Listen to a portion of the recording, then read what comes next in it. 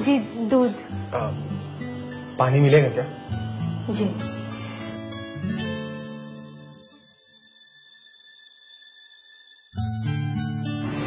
जी पानी। यहाँ रखो।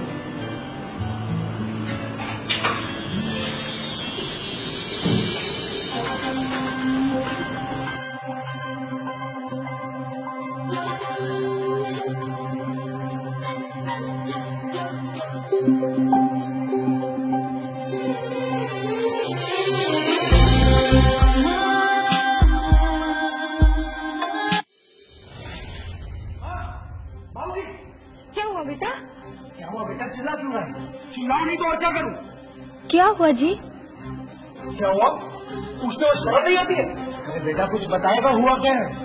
मौसी, मुझे सड़की के साथ नहीं रहने बस। कल ही तो शादी हुई है, डर गई होगी बेचारी। बेचारी?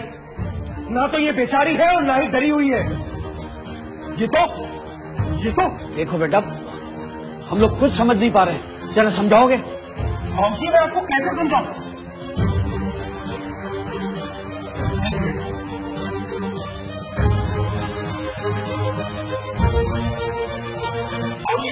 ये वर्जिन मैं बताऊं, ये कुंवारी नहीं है।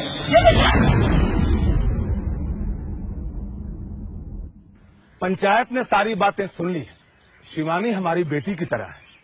सारे पंचों से सलाह के बाद पंचायत का ये फैसला है कि शिवानी और उसके माता पिता शिवानी पर लगाए हुए इल्जाम को गलत साबित करने में असमर्थ रहे। इसलिए पंचायत समरकांत और उसके माता पिता के हक में फैसला सुनाती है। आशा करता हूं आप सभी इस फैसले का आदर करेंगे और उस पर अमल करेंगे। धन्यवाद।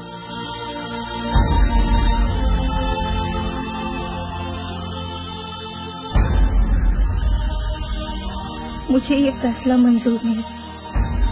आत्मसम्मान की रक्षा के लिए मैं कोर्ट में जाऊंगी।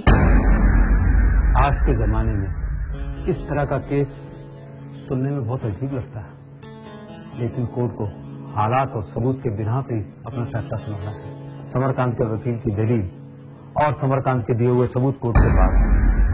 आपको इस मुद्दे में कुछ कहना है?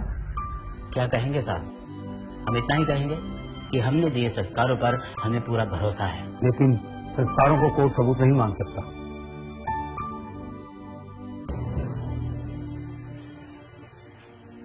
My self doctor Abha Singh, gynaecologist. मैं ये सुनकर बहुत ज्यादा सरप्राइज्ड हूँ कि आज भी ऐसे विचारों के लोग मौजूद हैं। एनीवेज, मैं सिर्फ यहाँ इस केस से संबंधित कुछ तथ्य एक्सप्लेन करूंगी।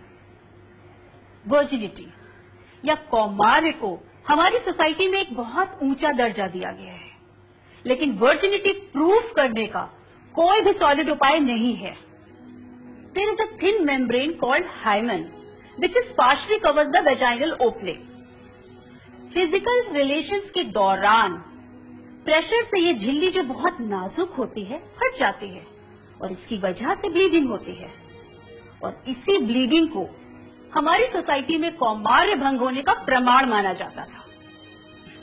यहीं पर मैं एक इम्पोर्टेंट बात बताना चाहती हूँ। फिजिकल रिलेशन ही हाइमन के फटने की एकमात्र वजह नहीं है। जैसे कि हम सब लोग जानते हैं कि आजकल लड़कियां लड़कों से कंधे से कंधा मिलाकर बहुत सारी एक्टिविटीज करती हैं, गेम्स खेलती हैं, लाइक क्रिकेट खेलती हैं, कबड्डी है, हॉकी है, लॉन्ग जंप, हाई जंप। और इन्हीं सारी एक्टिविटीज की वजह से ये झिल्ली फट जाती है या फिर फट सकती है। इसलिए हाइमन का पहले से फटा होना या फिर फर्स्ट नाइट को ब्लीडिंग का ना होना ये साबित नहीं करता है कि लड़की पहले से वर्जिन या कुंवारी नहीं है।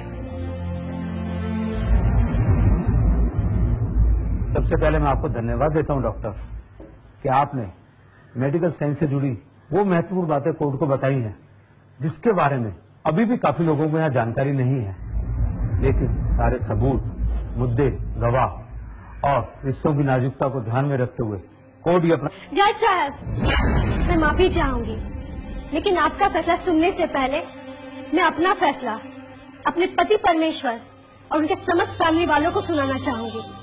शादी एक अनमोल रिश्ता है जो विश्वास के धागों से बनता है, लेकिन अगर पहली रात पति अपनी पत्नी के कैरेक्टर पे उंगली उठाए तो वो रिश्ता कैसे टिक सकता है?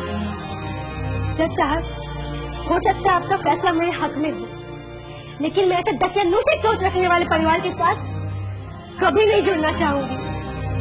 कहा तो मिस्त्री पुरुष को एक ही तराजू में तौलते हैं, समान हक की बातें करते हैं, लेकिन इनके जैसे पढ़े लिखे अनपढ़ इंसान पहली ही रात वर्जिनिटी का कैरेक्टर सर्टिफिकेट मांगते हैं। किस हद से? ये तो समस्त स्त्री जाति का अपमान है। मेरे माँ बाबूजी के दिए हुए संस्कारों पे सवाल उठाने का हक किसी का भी नहीं है। क्यों हमेशा हम लड़कियों से ही पूछा जाता है, आर यू वर्जिन?